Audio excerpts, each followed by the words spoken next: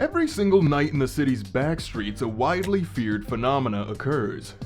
For exactly 81 minutes from 3:13 to 4:34 a.m., the backstreets become a lawless hellscape of janitorial cleansing. The night in the backstreets is the name coined for this 80-minute period when the streets are cleaned. The sweepers clean the backstreets, which means it's safe outside the backstreets. If you're a Nest resident, you needn't worry at all. Crimes, fights, and murders are a common occurrence in the backstreets. All of them are wiped clean by morning thanks to the sweepers.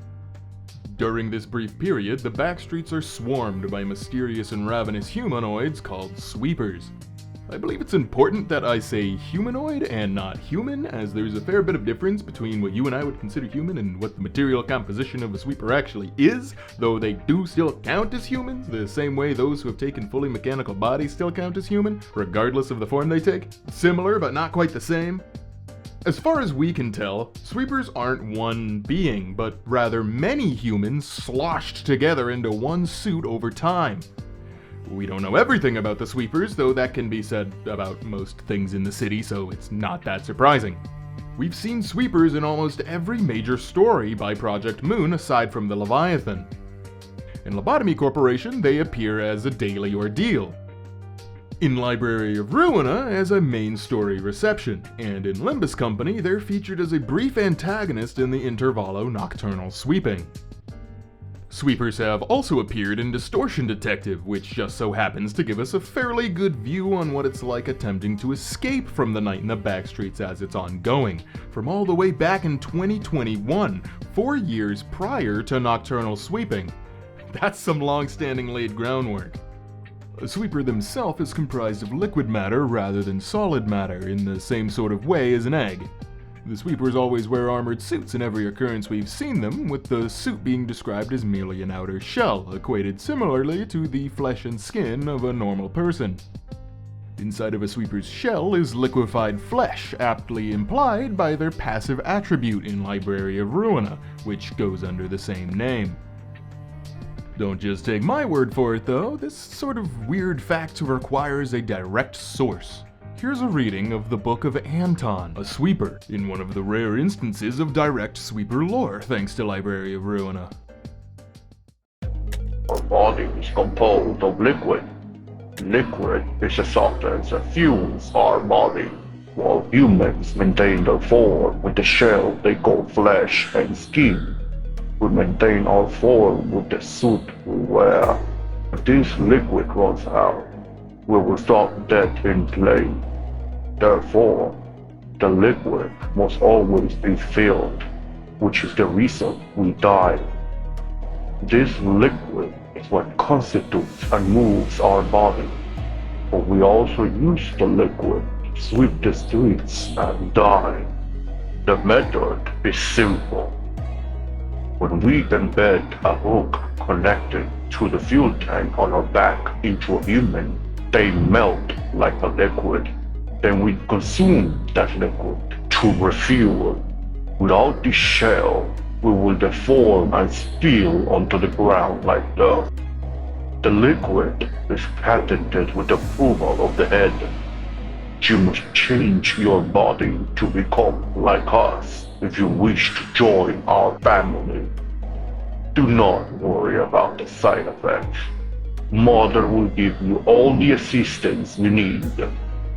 All could safely become a family thanks to her. There's a bit to break down here. Let's go point by point. First, Anton mentions that sweepers are indeed composed of liquefied human remains, though it's worth mentioning that something is done to the liquid that makes it not only harmful to regular humans, as indicated by the injection, but also beneficial for the sweepers. It's injected as a cleaning agent as well as stored as a form of nourishment for the sweepers. Second, the liquefaction process is a patented technology that's been approved by the head, and it's implied that by being liquefied and subsequently consumed into their fuel tank, your remains will mix and swirl with the pre-existing concoction inside of their fuel tanks, effectively acclimating you into a sweeper yourself, becoming a part of their family.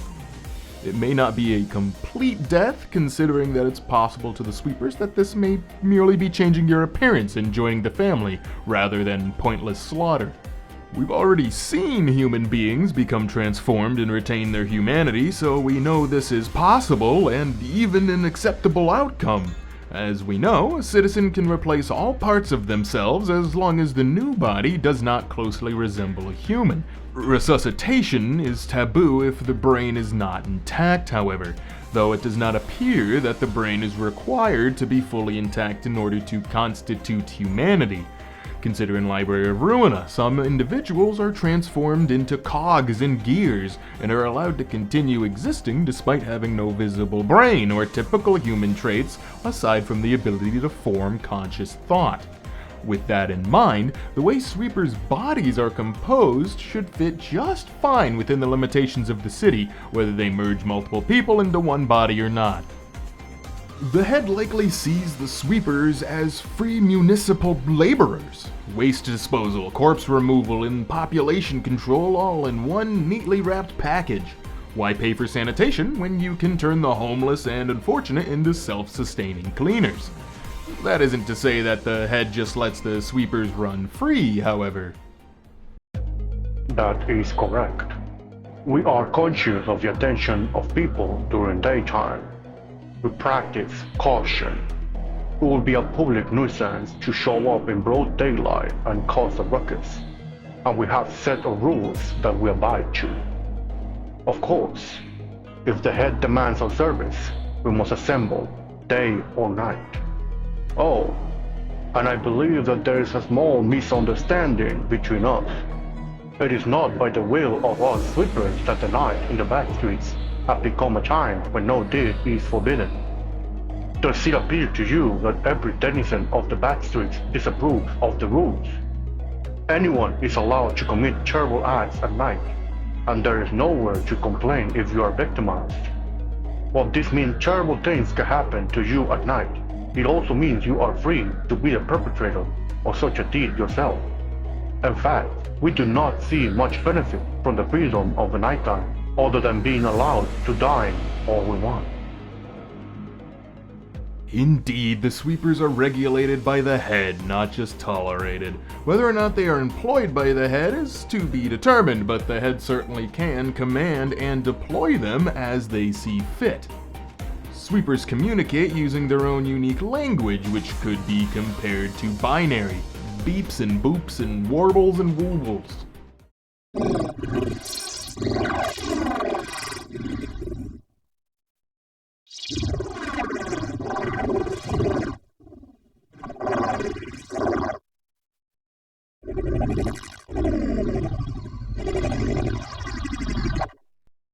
It's notoriously hard to translate their language, though if you manage to do so, you'd find them to be a lot more polite and courteous than you'd expect from such terrifying monsters. Of course, they'd still be interested in harvesting you, but at least to each other, they're incredibly familial and loyal to a fault, though they aren't so attached to each other that they'd stop their cleaning to save a fellow sweeper from harm. Unfortunately, that's not in the job description. The Backstreets are a main stage of activity at night. When night falls, our world unfolds. At regular interval, we start marching from the perimeter of a nest and sweep everything as we move forward. Even if someone stands in our way and attacks us, even if a powerful fixer kills a sweeper next to us who was our family, we pay no heed and continue onward. Like a wave of water, we sweep everything in our way, except for those who are strong enough to resist it. From an edge of an S to the opposite end, we march without break for 80 minutes until the night of the Backstreets ends.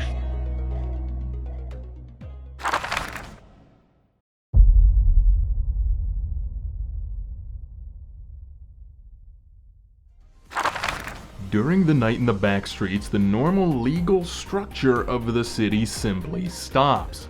Murder, theft, assault, destruction of property, all perfectly legal with a few caveats. What's crucial to understand is that this isn't pure chaos, it's controlled and purposeful. The head allows you to do whatever you want within certain limitations, or taboos as referenced in universe. During this time, you cannot take any photos or videos or use any recording devices in general. You may murder with no penalty, although you cannot force your way into someone's home. You may destroy property, but you cannot harm residential buildings. Most importantly, the sweepers themselves must adhere to these rules as well. This creates an understanding between the citizens and the sweepers. If you can afford 4 walls and a roof that the city recognizes as a residence, you're safe. Once again, you cannot force your way into someone's home, and you cannot harm residential buildings. To the sweepers, it is taboo for them to do anything to you if you're in your home with the doors locked. These rules may also apply to residential vehicles, as seen with the Mephistopheles bus in Limbus Company. Despite not being your traditional home, the bus still counts as a residence and the sweepers are forced to ignore it. The genius of the night in the Backstreets is that while it breeds lawlessness, its lawlessness is predictable. Those with criminal intent know exactly when they can act with impunity. Civilians know exactly when to hide. The sweepers know exactly when to emerge. It's controlled anarchy on a schedule, packaged and delivered thanks to the head with corporate efficiency. Because it happens every single night without fail, it's simply a normal occurrence. Part of the routine of the city. Commonplace. Check the time, lock your doors, wait for 4:34 a.m. A standardized and heavily enforced curfew to keep the Backstreets in check. Check this out. If the night in the Backstreets were to be gone, the Backstreets will fall into even worse chaos than before. In other words, the night in the Backstreet is the rain that keeps this place in check. Because the night exists, people here show the least amount of human decency. Here's an example. You come home at the end of a hellish day. Dragging your weary body to the sofa, you hope to get a small break lying on the couch and watching cheap entertainment shows. But guess what happens? Some crazy jerk upstairs turns up their speakerphone's volume to the max and makes obnoxious noises that make your ceiling shake. Too bad, there goes your peaceful respite. You can't stand the noise that's getting to your head, so you decide to ask your neighbor to please be considerate and lower the volume. You want to talk this over without a fight, so you battle the furious urge 1,000,000 times before you go upstairs. But then our unfriendly neighbor gives you a baffling reply when you confront them. I need some free time for myself too. I have gripes with my neighbors that I just live with, so you should do the same. Why make a huge fuss about the noise when it isn't even too loud, blah blah. Talking out of their ear. What can you do though? Barely keeping your boiling anger inside, you go back to your house, covering your ears with a pillow and yelling curse words as you try to sleep. Even if you tell your landlord about it, they'd shrug off your complaint and smile like a saint, so there's no use speaking up about it. That's when the night in the Backstreets comes into play. First off, you block the entrance to that jerk's house before they return. Anything works. You could weld the door, use wooden planks, padlock the door, or whatever. Ensure that they can enter their own house by any means, and go back to your home. Sometime later, they'll come back to find that the door to their house has been sealed shut. They'll struggle with the door before giving up, and they'll make a serious face as though they're trying to think of who could have done this ridiculous prank to them.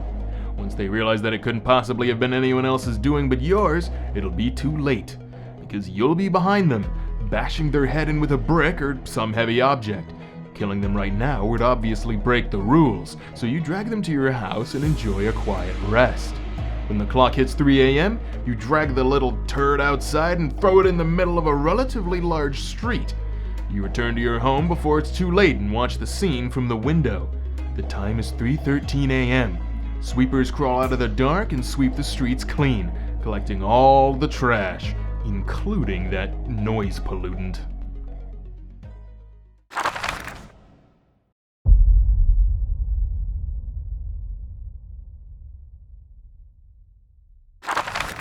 It's elegant, really. The head gets free waste disposal, corpse removal, and population control. Well-to-do citizens stay safe in their homes, the sweepers get to survive, and everyone in the Backstreets learns a very simple lesson. Get a proper home or die. It's not judicial punishment, it's not random, it's incentive. Work hard enough to afford real shelter or face the consequences. The Night in the Backstreets isn't a failure of the city structure, it's working exactly as intended. Just another part of the life in the city. Just your average night in the Backstreets.